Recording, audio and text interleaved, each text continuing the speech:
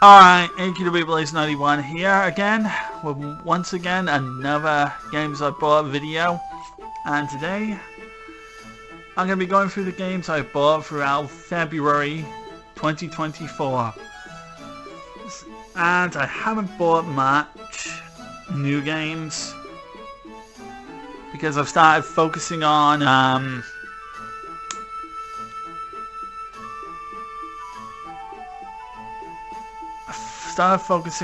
Tales of Arise's DLC, Beyond the Dawn, and such, as well as just doing any kind of game review project. Like recently I did do just a simple game review on a shovelware game, and also a huge game in a series that is nothing more than just piles of empty shovelware crap, and that is the Jump series and the Project Summer Ice series video game series by Breakthrough Games. So I did those on my GameSpot channel, and so anyway, we got a multitude of games to talk about, just a few, and also a game controller. And so I'm just going to pull that out first thing, and that is, I bought a new OG Xbox controller. Here it is, the OG Xbox controller, and it is the Duke controller, the regular Xbox controller that came with the first release of the first Xbox console, where it was a huge, big controller. It was meant for the serious gamer. But of course, many people complained about it. It was too bulky, it was too big, kids couldn't hold it very well. But I liked it. I thought that controller was awesome. When I was like 13, 14, when I first saw it. And I think when I played it over my brother's house, I think he had the S controller,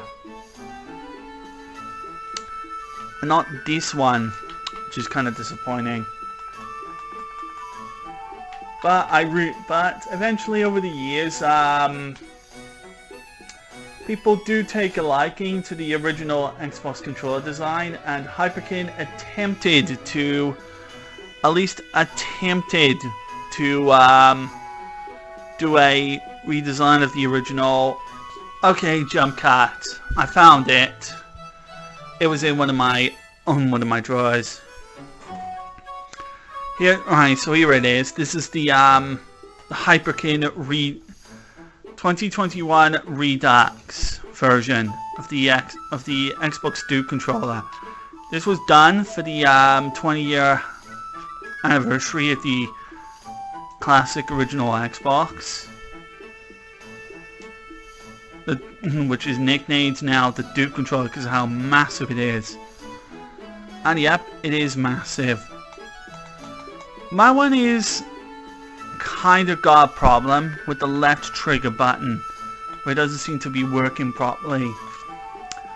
I will take it to a store eventually that will look into it and repair it. Like, look at that. Like it presses down, but the R button, but the L trigger seems to have some kind of pressing issue inside of it. Like, I think the core in it is likely snapped off inside it. Yeah, it demands a little examination. So yeah, I just kind of wanted to show the original Duke controller, the revised Duke controller. There was a 2018 one, and then there was a 2021 one. I think the 2018 one was done by Hyperkin, was much more designed to look more closely like how the original controller was designed. Whereas the Hyperkin 2021 version was just so that they could release it in again, but in different colors. I think the green one looks more refined, and I think more fixed up.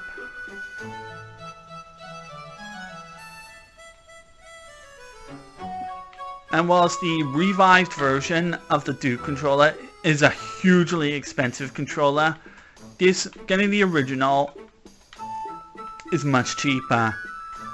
And you can actually get the thing to work on a PC if you have the XB to CD to PC cable, which I got. I have got attached to this cable. The XB CD to PC cable. So it just involves plugging the controller, plugging this controller into this cable here,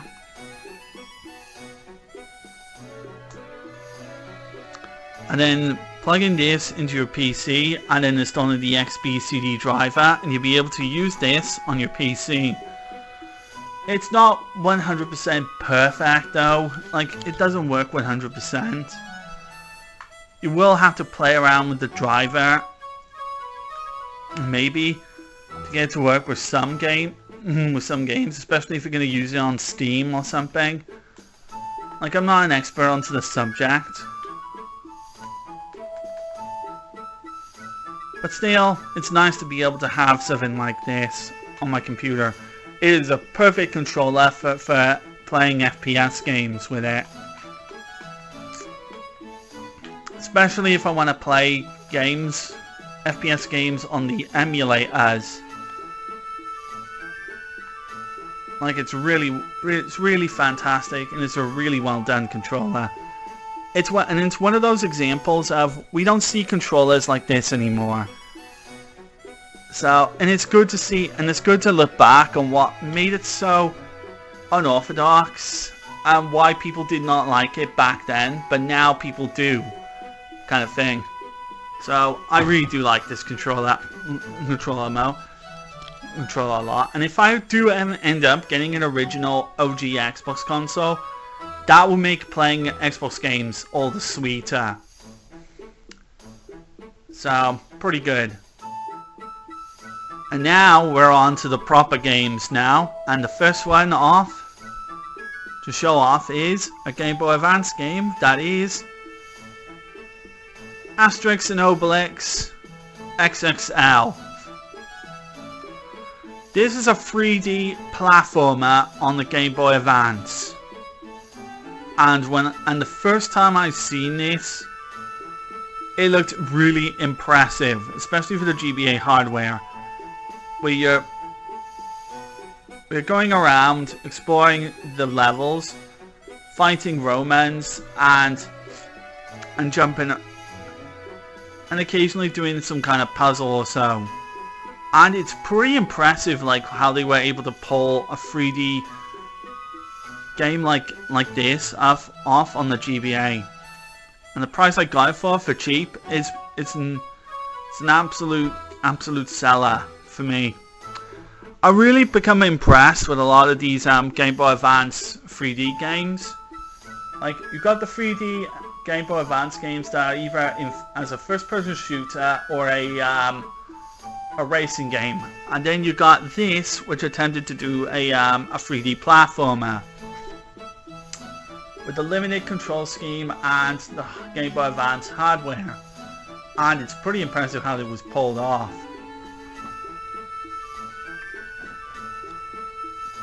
Really impressive. Alright, the next one I got is on the 3DS, and it is Persona Q Shadow of the Labyrinth. This is a crossover game between Persona 3 and Persona 4. Presented in chibi-like character designs.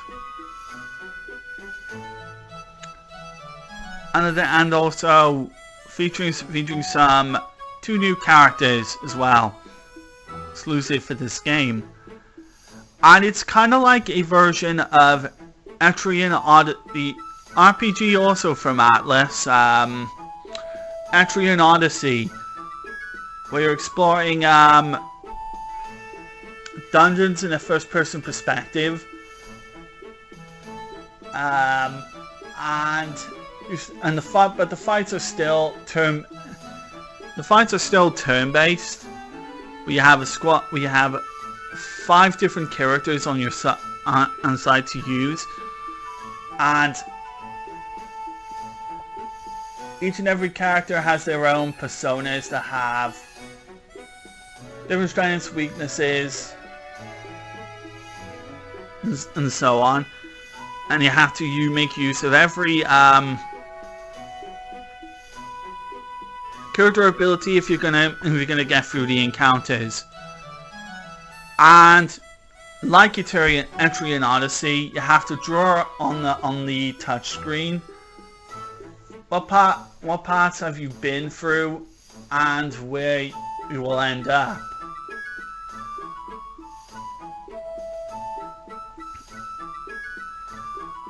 What we've seen and so on. But still, it's an interesting RPG, and there is also the sequel that also has Persona 5 characters in it. Well, Persona Q2. So, and I'll look forward to finding that one as well, if I can find that one very cheap. Because a lot of these Atlas role-playing games, especially the ones on the 3DS, they're insanely expensive as hell. Like there's Etrian Odyssey 5 and Etrian Odyssey Nexus on the 3DS, and they cost a ridiculous £100 each, at least in CEX. From what I've looked at. I'm sure I can probably look for them cheaper if I look online or something, but they're not bad. But these games are just a huge expensive games to find.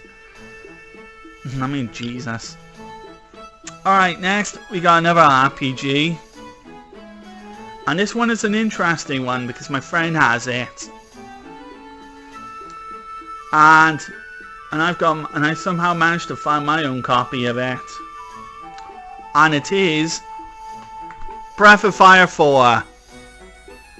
I found this game in CEX when I was in Albany Road for about 35 quid, which is great, which is not bad considering how these PS1 games are getting expensive now. I did have to check the disc, clean it thoroughly to see if it would work and load. And I spent a couple of hours messing around on it, see how this game worked, and it did work fine. Like, I played the beginning parts of it, including the first Fulu sequence, and it worked fine. And the game itself is fantastic, showcasing 2 protagonists. One is the already aforementioned Fulu sequence. And there's obviously one where you're playing as the main character, Ryu, whatever, who awakens, you don't know exactly where you are, how you got there or whatever, and then you're helping Mina on her quest to find her missing sister. And yeah, it's a pretty solid RPG, especially one on the PS1 as well. And this would be the last of the good Breath of Fire games, because then you had Breath of Fire 1 and 2, which were really good for the time. And I had Breath of Fire 2 on the Nintendo Wii as Virtual Console, and I have also Breath of Fire 3 on the PSP, which I recently did pick up like a month or so back. And yeah, and it's a really good game in the series. And then you got this one, which is the best of them all. This and Breath of Fire 2 are both the Single-handedly one of the better, fantastic Breath of Fire games in the series. And then you had the fifth one, Dragon Quarter, which sucked. And that one was the one on the PlayStation 2. And then you had Breath of Fire 6, which was a mobile game. Which that is depressing. We do hope that Capcom can revive Breath of Fire, seeing as how they revived Resident Evil, how they revived Devil May Cry, how they revived Street Fighter, and so on. So here's hopes that they'll return to Breath of Fire and bring that back to glory. And I especially like this one as well. This one is just a great overall game. Alright, the next one.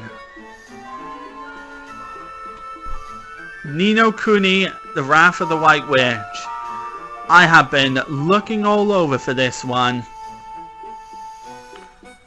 And then I sort of didn't bother to get it. And then finally I decided...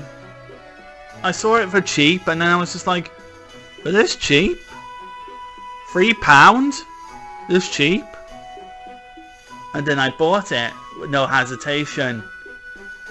Ni no Kuni Wrath of the White Witch is without a doubt one of the best looking games, best looking JRPG, and best overall JRPG on the PlayStation 3. It is a truly fantastic game. It's a game where you're Oliver, who's trapped in this other world, and has to find the soul of his mother. Or while you recruit little minions who will fight alongside you, and two other characters who will also help you and aid you. So it's got a combat system where it's kind of turn-based and also action role-playing at the same time. It's kind of like a hybrid of the two. And it's still a really fantastic game. Although I've only played just the beginning part of it, what I've been seeing of this game so far is truly magnificent. And I think it got a remaster as well on PS4, which, if I like this, I'll probably get the remaster as well. Truly excellent games. Alright, and lastly I got 4 OG Xbox games. 4 original classic Xbox games. Let's move that there. And these are Operation Flashpoint Elite, Deus Ex Invisible War, Soldier of Fortune 2 Double Helix, which is Soldier of Fortune 2. And lastly, Star Wars Jedi Knight Jedi Academy. And out of 4 of these games, I need to say it, Operation Flashpoint Elite doesn't work on my Xbox 360. Deus Ex Invisible War, a Deus Ex game I was so curious about because I always wanted to know exactly if this game was really as bad as people make it out to be. Doesn't work on my Xbox 360. Soldier of Fortune 2 Double Helix also is not compatible on my Xbox 360, which I'm disappointed with also. But still, I picked it up for very cheap. It was only like a pound-ish. I think all 3 of these games were like £1 each in CEX. Which, if you owned an OG original Xbox console, yeah, they were very easy, cheap to pick up games. But Star Wars Jedi Knight Jedi Academy works on my Xbox 360 no problem. Except I also have this game on my PS4.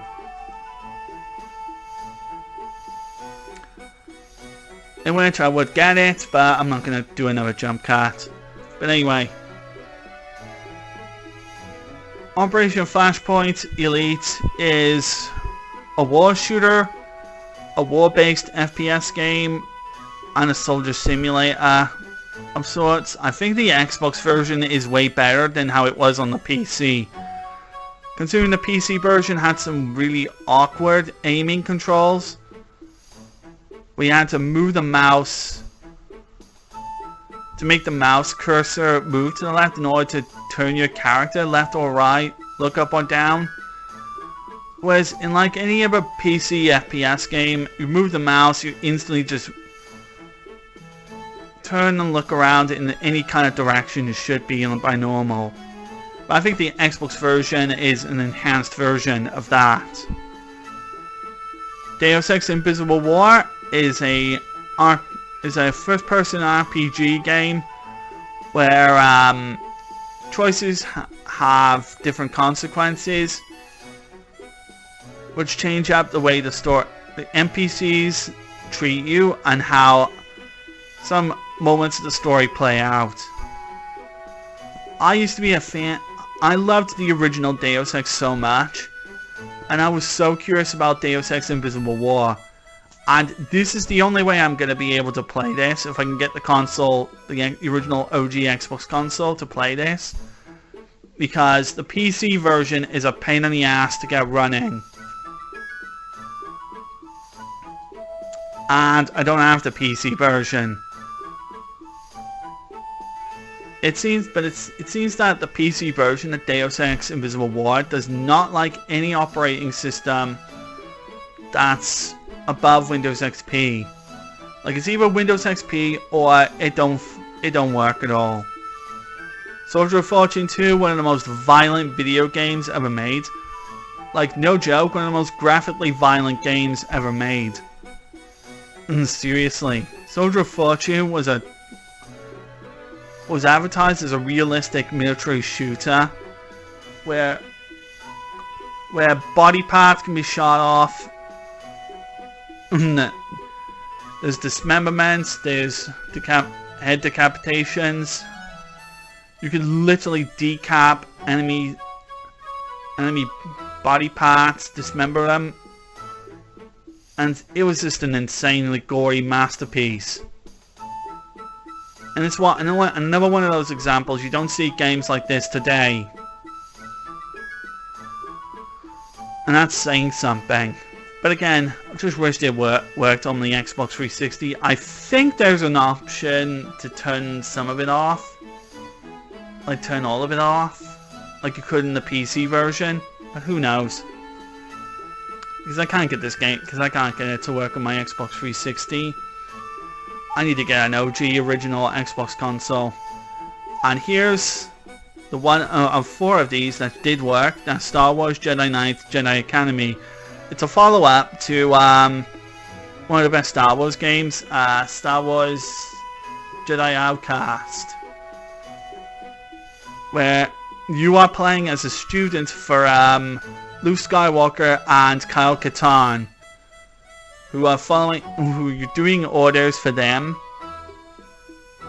and you eventually gain the ability to use force powers.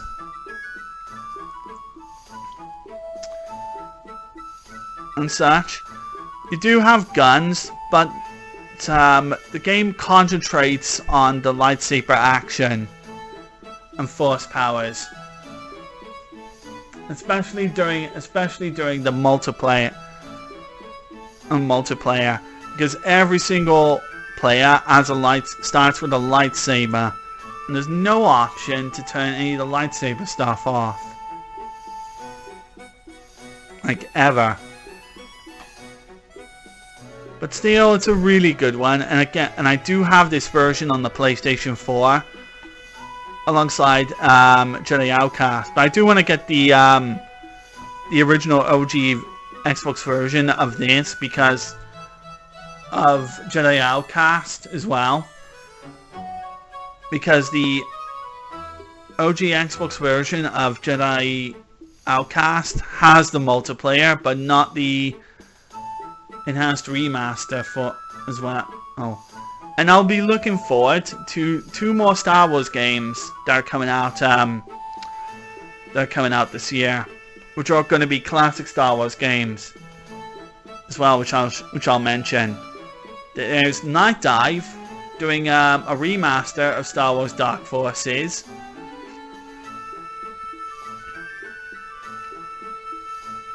which was that game that introduced Kyle Katarn, which is coming out soon for the PS4. I'll be looking forward to that. Either it comes out tomorrow or it comes out tonight. I'll be looking forward to that. Because I really want to see this and really want to play that remaster. And then there's a remaster of Star Wars Battlefront 1 and 2, which I saw on the Nintendo Direct. And I used to love the 2005 Star Wars Battlefront 2 game a lot. I played the ever-loving crap out of that game back on the PlayStation 2. It was one of the best Star Wars experiences I have ever had.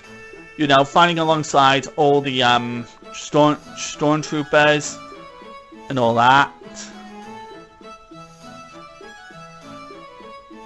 against the rebels, and slaughtering an onslaught of Ewoks as well. It was good times, and I'm looking forward to that to the remasters of the classic 2004 and 2005 Star Wars Battlefront games, and some of the new content that people are discussing about coming to the new versions.